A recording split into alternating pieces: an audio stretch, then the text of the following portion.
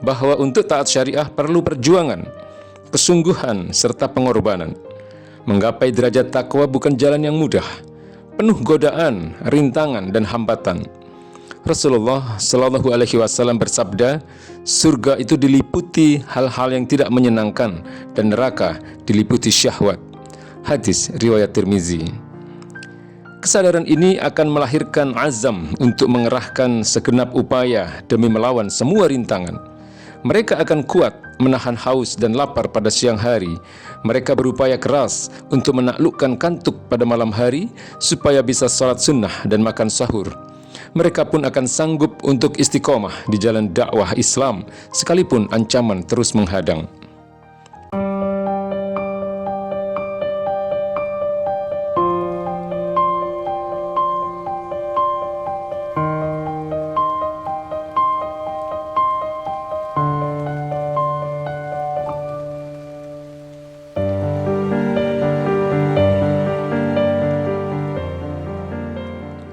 Ramadan, momen menumbuhkan semangat perjuangan dalam keluarga.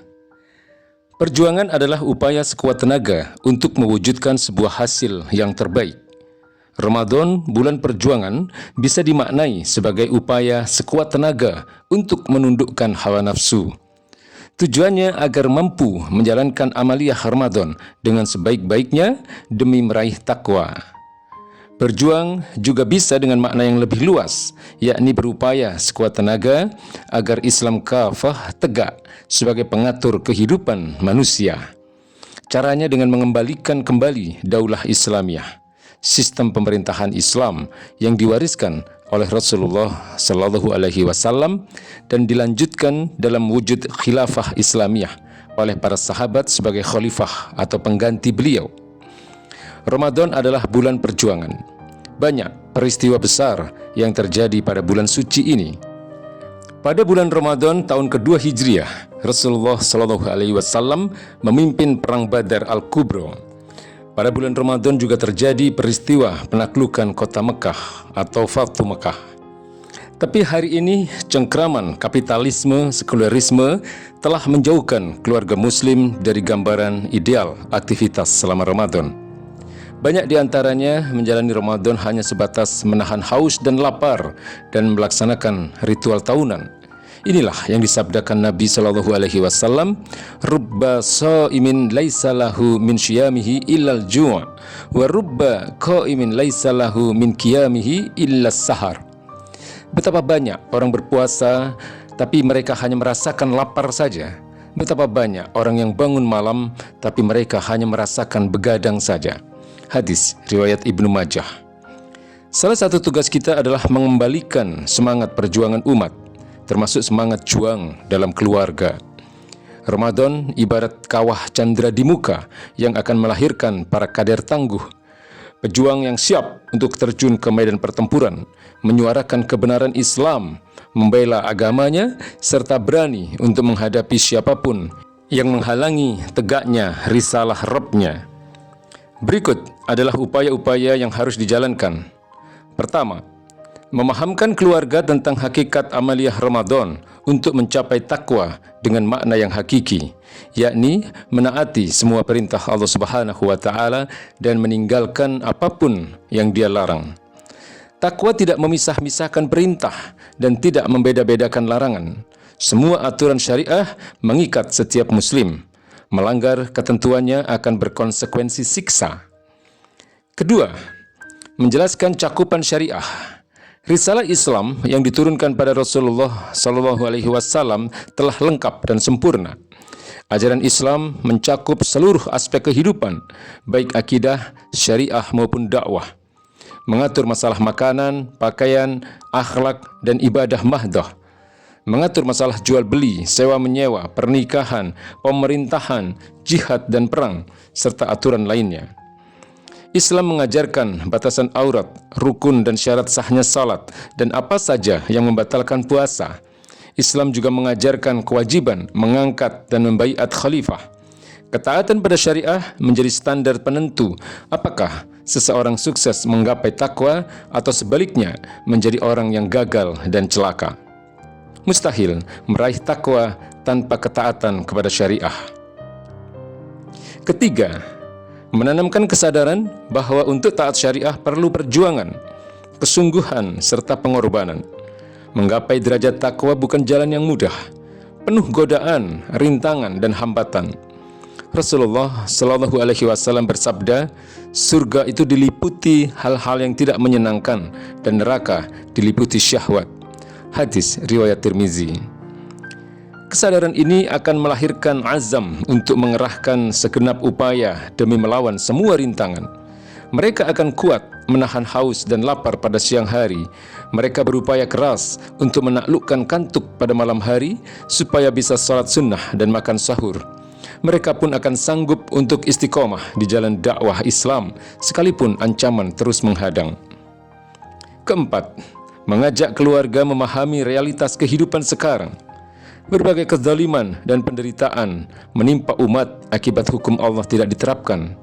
Kemiskinan kian menggurita karena penerapan sistem ekonomi kapitalis yang hanya berpihak kepada pemilik modal. Negara tidak hadir sebagai penanggung jawab urusan rakyat. Berbagai penyakit sosial terus bermunculan karena sistem pergaulan Islam tidak diterapkan. Tidak ada pula sanksi tegas terhadap para pelaku kriminal. Politik demokrasi telah melahirkan pejabat korup. Para ulama dan aktivis Islam diintimidasi, dipersekusi, bahkan dikurung di jeruji besi. Nasib saudara di negeri lain pun tidak jauh berbeda. Ada di antara mereka yang kehilangan harta, kehormatan, bahkan jiwa, seperti yang dialami Muslim Palestina dan Rohingya. Keluarga kita harus paham bahwa biang masalah adalah kehidupan sekarang tidak diatur oleh sistem Islam. Solusi satu-satunya adalah dengan menghadirkan kembali sistem yang akan menerapkan Islam secara kafah, yakni khilafah.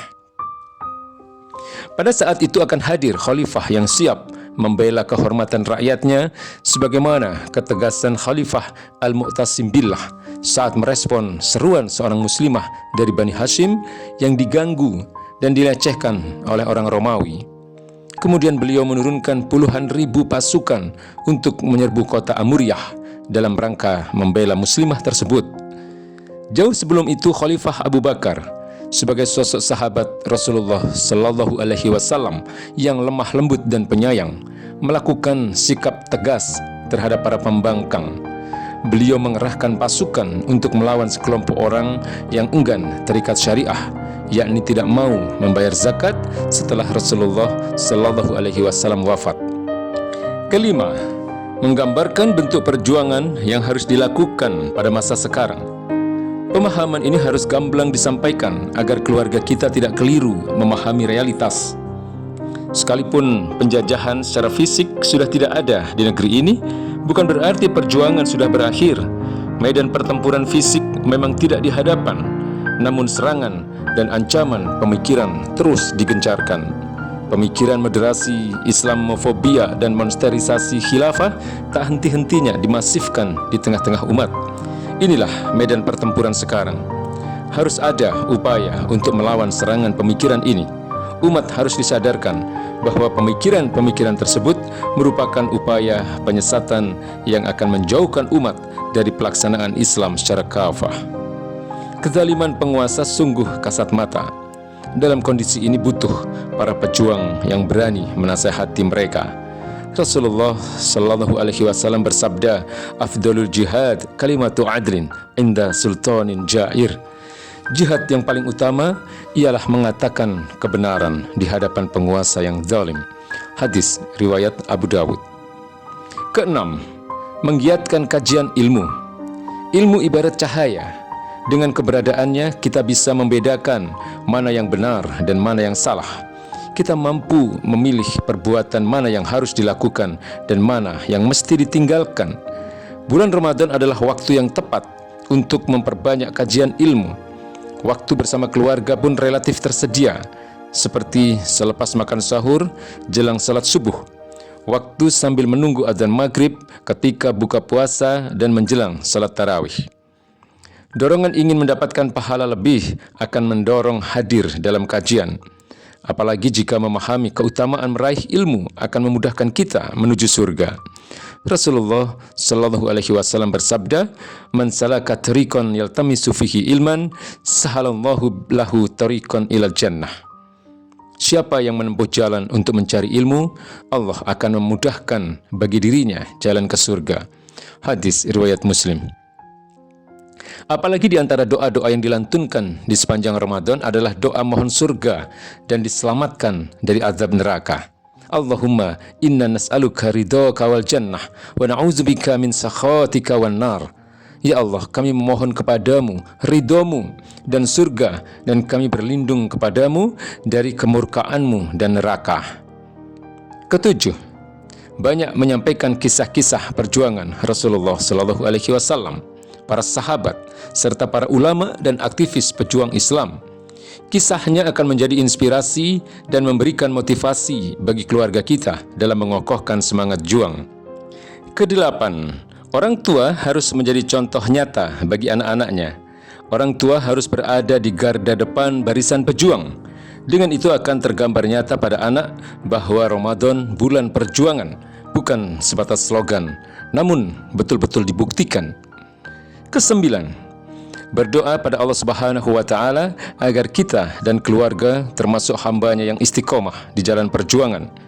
Di antara doa yang senantiasa dilantunkan adalah doa yang dibacakan setelah salat tarawih. Ya Allah, jadikanlah kami orang-orang yang sempurna imannya, yang memenuhi berbagai kewajiban, yang memelihara salat, yang mengeluarkan zakat, yang mencari apa yang ada di sisimu, yang mengharapkan ampunanmu, yang berpegang pada petunjuk, yang berpaling dari kebatilan, yang zuhud di dunia, yang menyenangi akhirat, yang ridho dengan qadokmu atau ketentuanmu, yang mensyukuri nikmat, yang sabar atas segala musibah, yang berada di bawah panji-panji junjungan kami Nabi Muhammad SAW pada hari kiamat, yang mengunjungi telaga Nabi Muhammad SAW, yang masuk ke dalam surga, yang selamat dari api neraka. Wallahu a'lam bishawab.